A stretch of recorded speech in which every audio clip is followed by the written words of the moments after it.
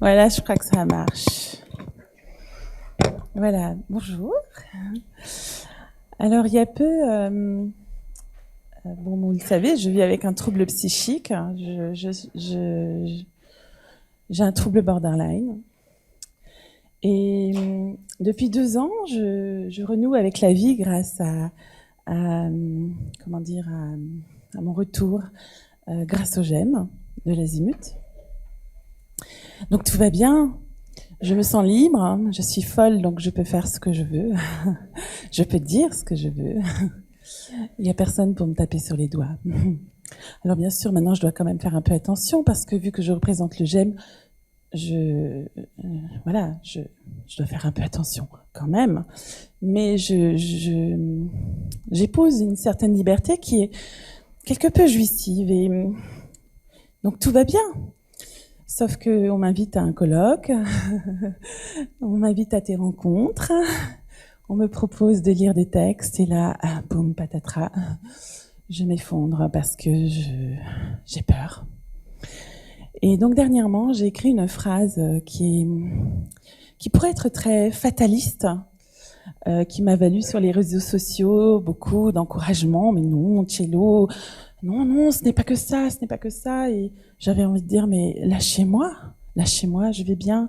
Mais j'ai le droit d'écrire que quand on vit avec un trouble psychique, il n'y a véritablement qu'une chose de fiable dans sa vie, c'est son trouble. Alors oui, on pourrait croire qu'il y a quelque chose de très immuable là-dedans.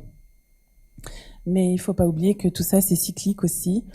Et ça s'inscrit dans un mouvement. Ça tombe bien, cette année, les SISM, les semaines d'information en santé mentale, la thématique, c'est le mouvement pour la meilleure santé mentale.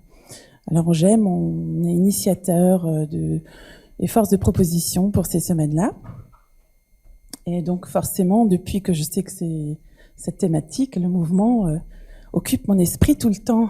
Et je me dis aussi que le mouvement, c'est aussi faire ce pas de côté et reprendre une place là où nous nous sommes persuadés tout du long qu'il fallait attendre qu'on nous la donne.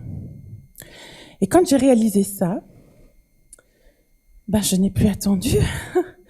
Je me suis assise avec ce trouble aux marges du monde et j'ai commencé à écrire.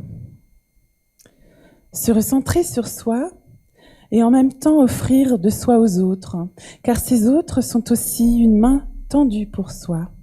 C'est la spirale humaine qui déballe ses possibles.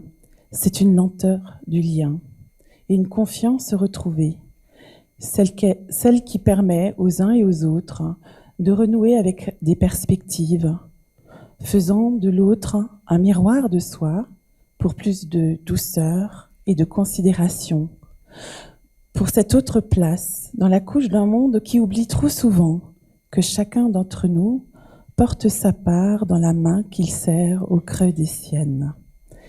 Car là où il y a un creux, là il y a une place.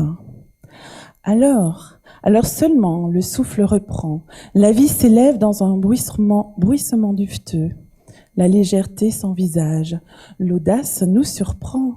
Oui, c'est fou, me voilà à nouveau debout.